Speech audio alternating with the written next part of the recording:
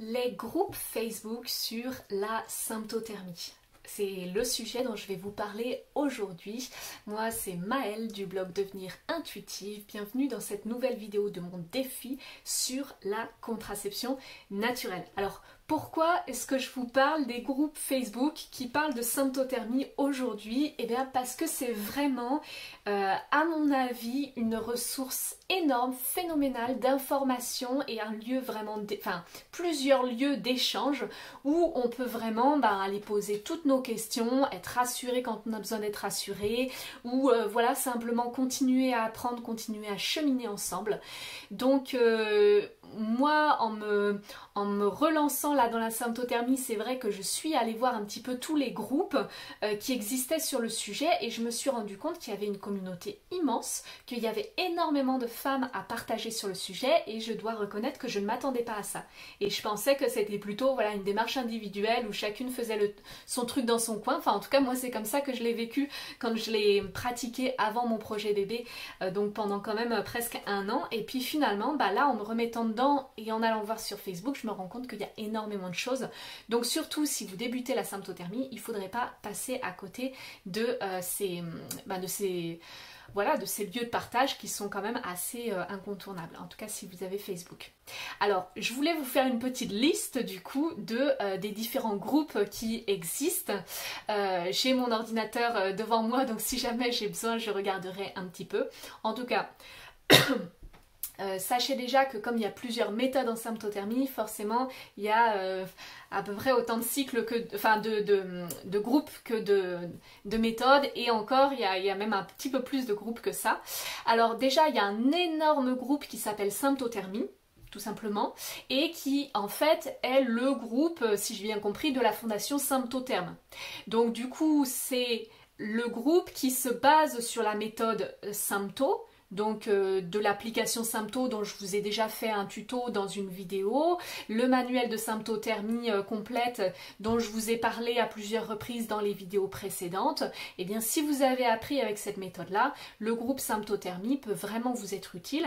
À titre d'idée, il y a quand même 14 000 abonnés dans ce groupe là, donc c'est vraiment très dynamique. Il y a vraiment beaucoup de femmes qui y participent.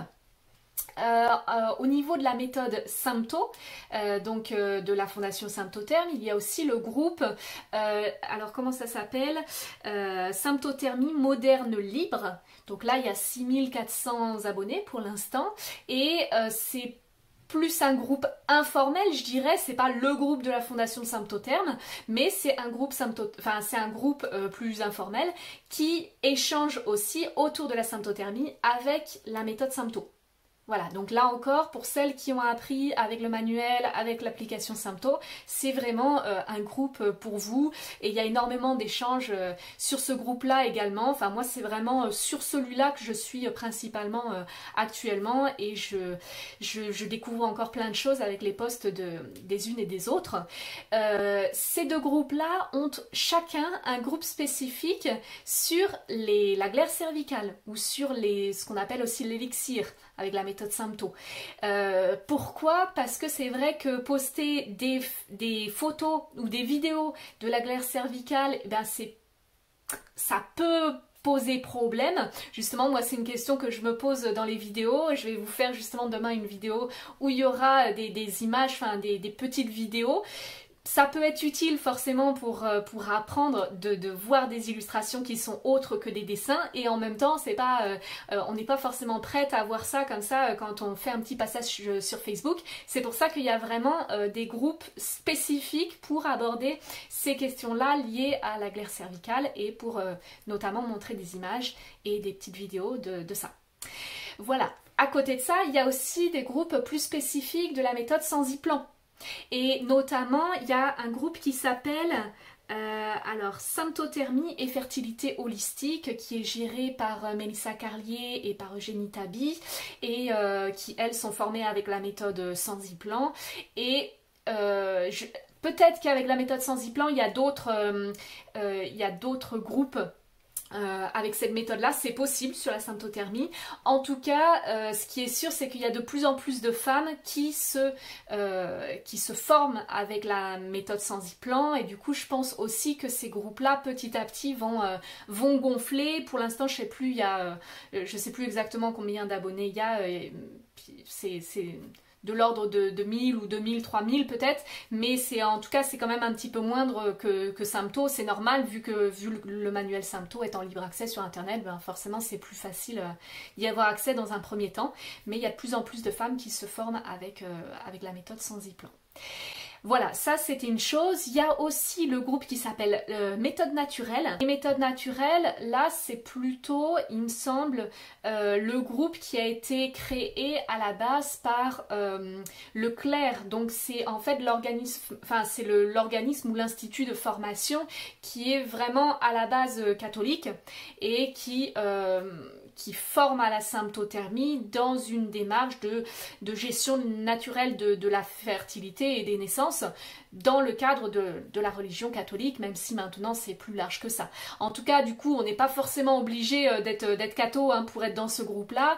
Moi, j'y ai adhéré, alors c'est quand même un groupe un petit peu moins actif, mais bon, ceci dit, on peut toujours y apprendre des nouvelles choses aussi. Si c'est plus, du coup, tourné autour du couple, c'est plus seulement la femme qui gère sa fertilité, c'est vraiment une histoire de couple, alors même si de toute façon la symptothermie est une histoire de couple, mais là c'est encore plus vrai, on va dire, voilà, avec cette histoire avec les méthodes naturelles et ce groupe qui est vraiment axé sur le couple, en fait.